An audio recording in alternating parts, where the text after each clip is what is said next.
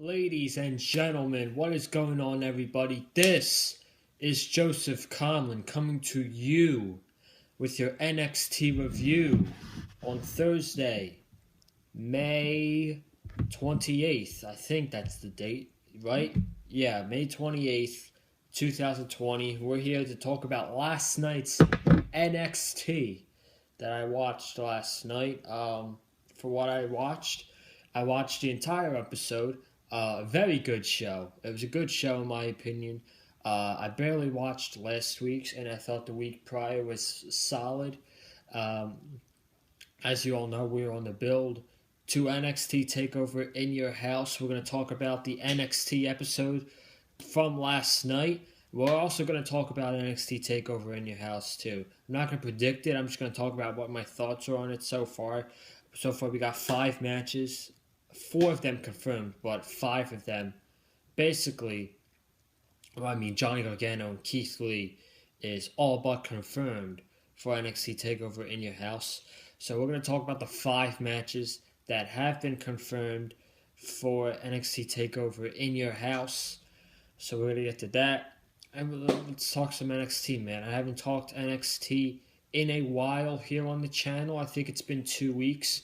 And TakeOver is next week. And so I want to get back in the NXT feel before TakeOver in Your House next weekend. But before we start talking about NXT, make sure you guys go check out this week's Monday Night Raw review, which you guys are killing it in. I saw this week that the Raw review got around 86 views. And I was a little nervous about doing a Raw review because I was like, it's Memorial Day, and I don't think anybody's gonna watch it, so I might not do it. But then I did it, and we're at 86 views, and I got 4 new subscribers from that video. So if you're new here to the channel, welcome. This is a channel of great content, reviews every week, and make sure you guys go check out last night's AEW Dynamite review. Yes, FTR, Dax Harwood, and Cash Wheeler are all elite after they took out the Butcher and the Blade.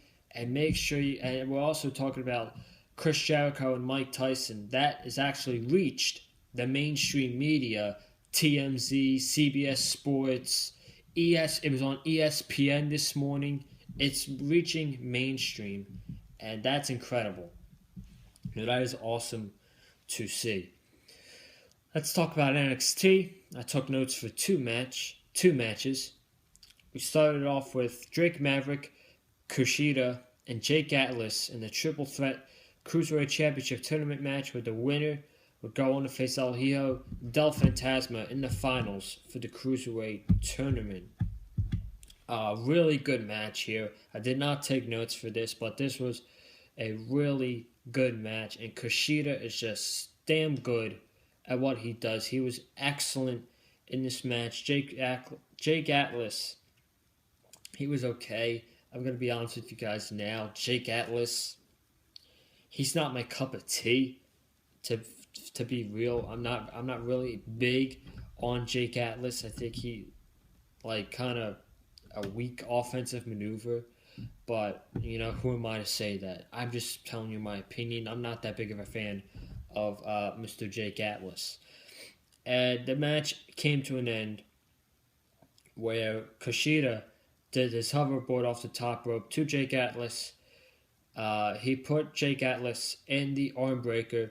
Maverick crawled himself over, put his right arm on top of Jake Atlas, and Drake Maverick wins the triple threat match. It ended in a somewhat unique way, I would say. So Drake Maverick won that. I do not like the result whatsoever. I don't like the result of Drake Maverick winning this match. This was Kushida's tournament to win. When you looked at the brackets for Group A and Group B, you had Kushida, who's the odds-on favorite. Isaiah Scott had a pretty good chance. El Hijo del Fantasma had a good chance. And I thought Akira Tozawa, I guess, had a decent chance. I'm not really sure. But the only reason Drake Maverick won this match is because they're doing the underdog story with him, and they're building him up because he was on the urge of losing his job in WWE, and he earned it. I'm guessing they gave him a new contract because he's now in the finals of the Cruiserweight Championship tournament. I like Drake Maverick, but I don't think he should have won this match. It should have definitely been Kushida's match to win, and we should have gotten Kushida versus El Hijo del Fantasma in the finals next week. But instead, we're getting Drake Maverick versus El Hijo del Fantasma in the finals next week for the Cruiserweight Championship tournament. Should be a good match. I'm looking forward to it. I got Drake Maverick. If I had to bet, I got Drake Maverick winning the Cruiserweight Championship tournament. Johnny Gargano then came out and he said he sees a lot of young faces. There were NXT fans in the audience that were stuck behind the plexiglass, and it was probably performance center trainees. So Gargano said, I see a lot of young faces in this crowd, and look at me. Look at me and Candice LeRae. We are the top dogs of NXT. And tonight, it's just such a lucky night for somebody. And he said, tonight, for the first time ever, I will be doing the Johnny Gargano open invitation. So anyone come out to face Johnny Gargano, some loser named Adrian Alanis, I think that's how you pronounce his name, Adrian Alanis, came out, and this scrub lost to Johnny Gargano in 30 seconds. So then after this, Keith Lee and Mia Yim popped up on a dinner table. They had no food on their plate. They were mocking Johnny Gargano and Candice LeRae. Tegan Knox came in for a takeout delivery and gave Keith Lee and Mia Yim a box of pizza, and it had 2 pizzas in it, and she walked away. She took 2 slices. She took one, and then Keith Lee was like, 1 slice. So I mean that was pretty funny.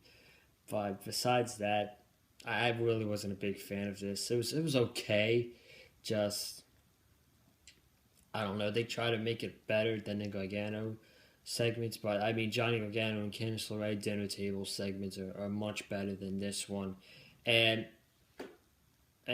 Keith Lee said, I'll teach Johnny Gargano the real NXT way at TakeOver. And Mia Yim said, I'm not waiting for TakeOver. Me and Candice LeRae next week on NXT. So we are getting that next week on NXT. We're getting Mia Yim versus Candice LeRae. We did not get Johnny Gargano and Keith Lee confirmed for NXT TakeOver in your house, but more than likely it's going to happen for the North American Championship. And when it does happen, man, sign me up. Sign me up, because that's going to be the best match on TakeOver. I'm telling you right now, that match will steal the show. We then got a video package for Marcel Bartel and Fabian Eichner of Imperium saying 2 weeks ago, we proved, 2 weeks ago, I think it was, I don't remember. We proved that the mat is sacred when you step into the ring with Imperium. Just ask Matt Riddle and Timothy Thatcher.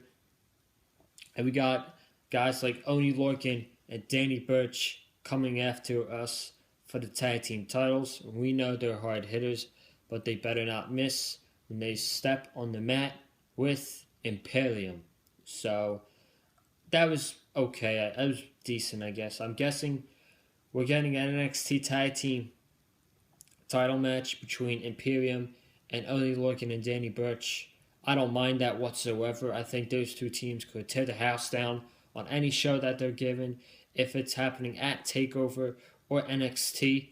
I'm guessing it's going to happen at I'm going to go with TakeOver. At TakeOver, I think it'll be Only Lorcan and Danny Burch versus Imperium for the tag team titles. But, I mean, if it's on NXT the following takeover, that's fine as well.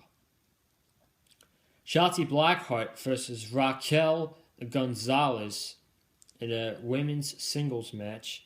This was a good match. I'll admit this was a good match. Raquel Gonzalez is still very green in the ring. She's very tall for her size, but I mean, she did not put on a bad match here. This match was actually pretty good. Dakota Kai got in Shotzi Blackheart's gas tank, and she's standing up. Tegan Nox came out to push Dakota Kai out of the tank. And then later in the match, Shotzi Blackheart stood on the second rope on the outside, and she did a coffin drop to both Raquel Gonzalez and Dakota Kai, and she literally landed right on her neck. I'm not lying to you guys. She jumped off the second rope, she did a coffin drop, and she landed right on her neck. Now, I cringed so hard when I saw that happen. I thought she was going to break. She broke her neck. I legitimately thought, oh my God, hopefully she did not break her neck, man. And then Tegan Nox immediately ran over to her. The referee ran over to her as well. Tegan Nox picked up Shotzi Blackheart. And I mean, when I say this woman looked lost, she looked lost, man. She was roaming around. Her eyes were open. But, I mean, Tegan Nox had to help her get back into the ring. That spot was so brutal.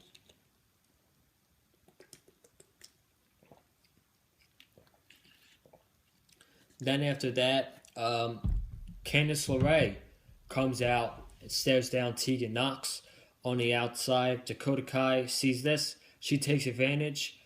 Her and Raquel Gonzalez take advantage. Raquel hits a powerbomb on Shotzi Blackheart, and Raquel Gonzalez defeats Shotzi Blackheart.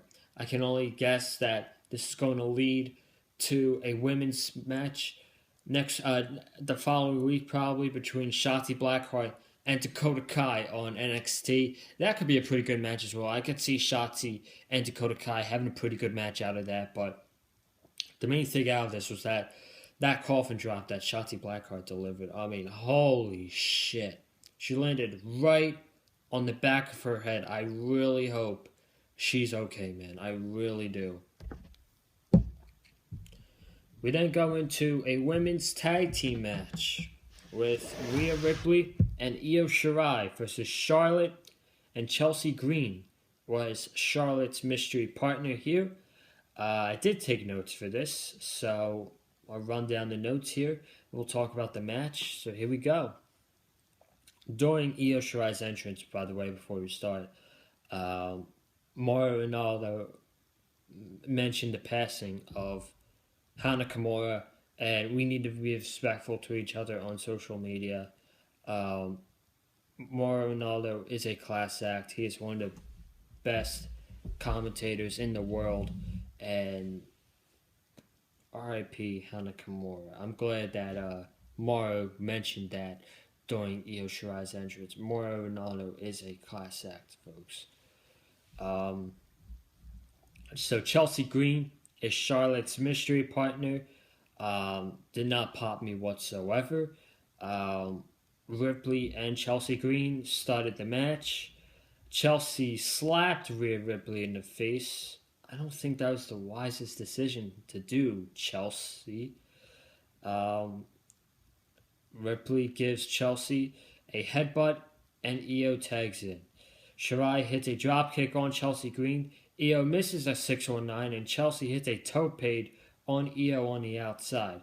Charlotte is stomping away on Io, then tags in Charlotte, and Io hits a toe-pade of her own on Chelsea Green. Io is destroying Chelsea Green on the outside, throwing her into the guardrail, kicking her down and all that stuff. Green then throws Io into the guardrail on the outside, Back from break, Charlotte has a rest hold on Shirai. Then Charlotte gives her a chop to the chest. Charlotte then tells Ripley to suck it. I don't know what that was for, but that's what she did. Charlotte accidentally hits Io with a chop. Io hits a diving crossbody to Green, and Ripley tags in. Ripley then hits Green with an electric chair into a facebuster, and Charlotte breaks up the pinfall. Charlotte tags in, hits figure four on Ripley, and Io gives Charlotte a drop kick. Io hits double knees to Charlotte in the corner for a kick out. Io hits a double foot stomp on Charlotte. Io then hits 619. Chelsea is then in the ring, takes a drop kick from Shirai, and while she does that, she pushed away Charlotte Flair so that she couldn't take the drop kick, and Chelsea did. Charlotte is laying at Rhea Ripley's corner. Io goes to attack Charlotte. She accidentally hits Rhea. Charlotte rolls up Io Shirai, puts her foot on the second rope, and Charlotte and Chelsea Green got the win. Nothing special about this match. Chelsea Green was not that special of a surprise entrant, surprise partner for Charlotte, but it's whatever. Charlotte gets another win under her book, and I'll talk about this when I'm done talking about NXT and we talk a little bit about TakeOver, but it's you guys have no idea how important it is that Charlotte loses at TakeOver next week, so we'll talk about that.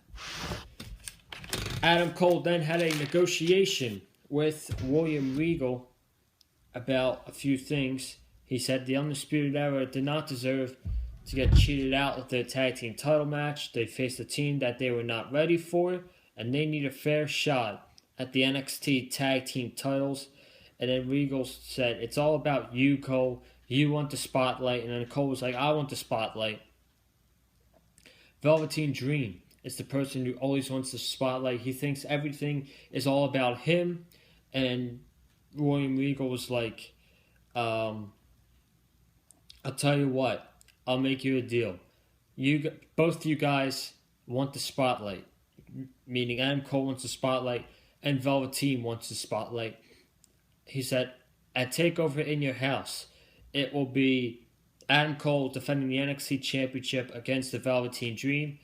I will find you guys a location where the spotlight is only on you. And if Velveteen Dream loses, he never gets a shot at the NXT Championship again. Very, very interesting. I thought this was pretty good. This sets up Adam Cole versus Velveteen Dream for the NXT Championship at TakeOver. And we'll talk about it a little more after I'm done talking about this cage fight we had between Matt Riddle and Tim Thatcher. So let's talk about this cage fight, man, because this was an absolute war. A war between Matt Riddle and Tim Thatcher. So both men are on opposite sides of the cage. It's not like a normal WWE steel cage. It's like a cage fight. There's no ring ropes. There's no turnbuckles. There's no ring post. It's just a ring and a big, gigantic cage. So Matt Riddle jumps down and goes right after Tim Thatcher immediately. Both guys are going for submission holds. Riddle hits a German suplex. Riddle goes for a kick, and Thatcher slaps the hell out of Riddle. Matt Riddle then hits a enziguri kick on Thatcher. Thatcher is, out of place. He was spitting up blood out of his mouth. It looked really disgusting. And he spit out a tooth. And Morrow said at the end of the match that Tim Thatcher actually lost 2 teeth, and one of his teeth were cut. So that was legit. That's not fake, folks. That spot was legit. Doctors checked him with a flashlight, and his mouth was full of blood. Back from commercial, Riddle goes for punches to Thatcher's waist. Thatcher then slams Riddle onto the cage into a belly-to-belly suplex.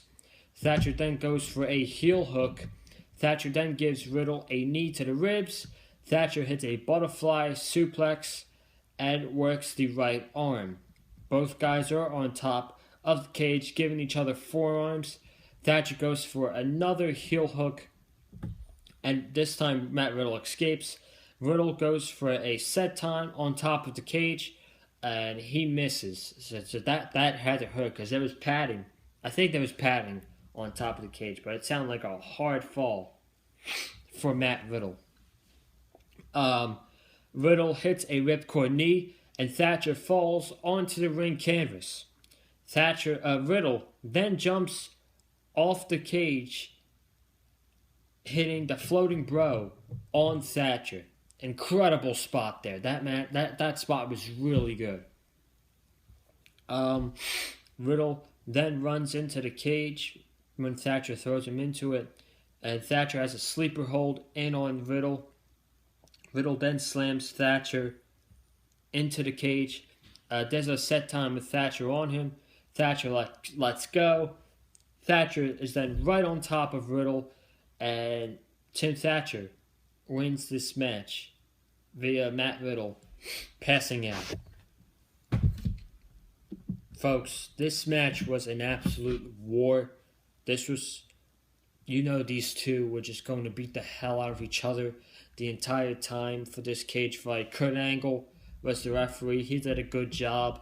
And Tim Thatcher needed this win to establish himself more. And with rumors of Matt Riddle going to SmackDown, this was probably his last match ever in NXT. And if it was his last match ever in NXT, I feel like he went on a good note because he went to war with Tim Thatcher in that cage fight.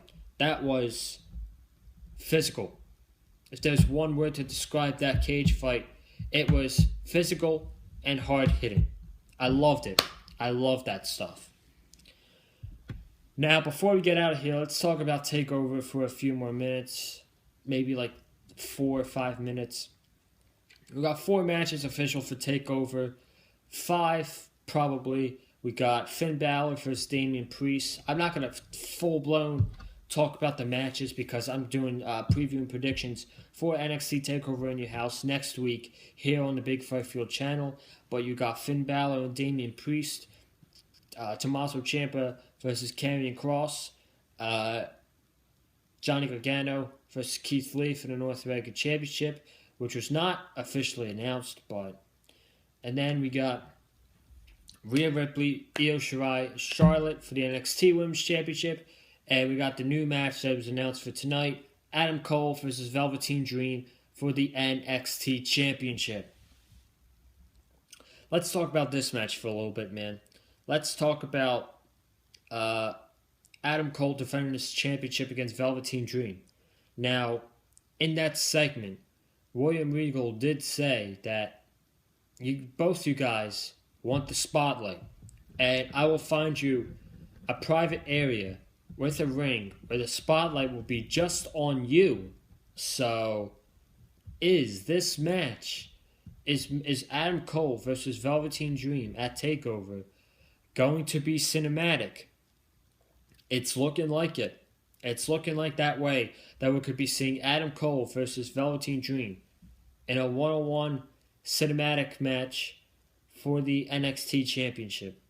I don't think it's going to be anything goes like Johnny Gargano and Tommaso Ciampa, but that NXT crew was really good during that match. So I have full hope that if Velveteen Dream and Adam Cole is a cinematic match, that it's going to be really good.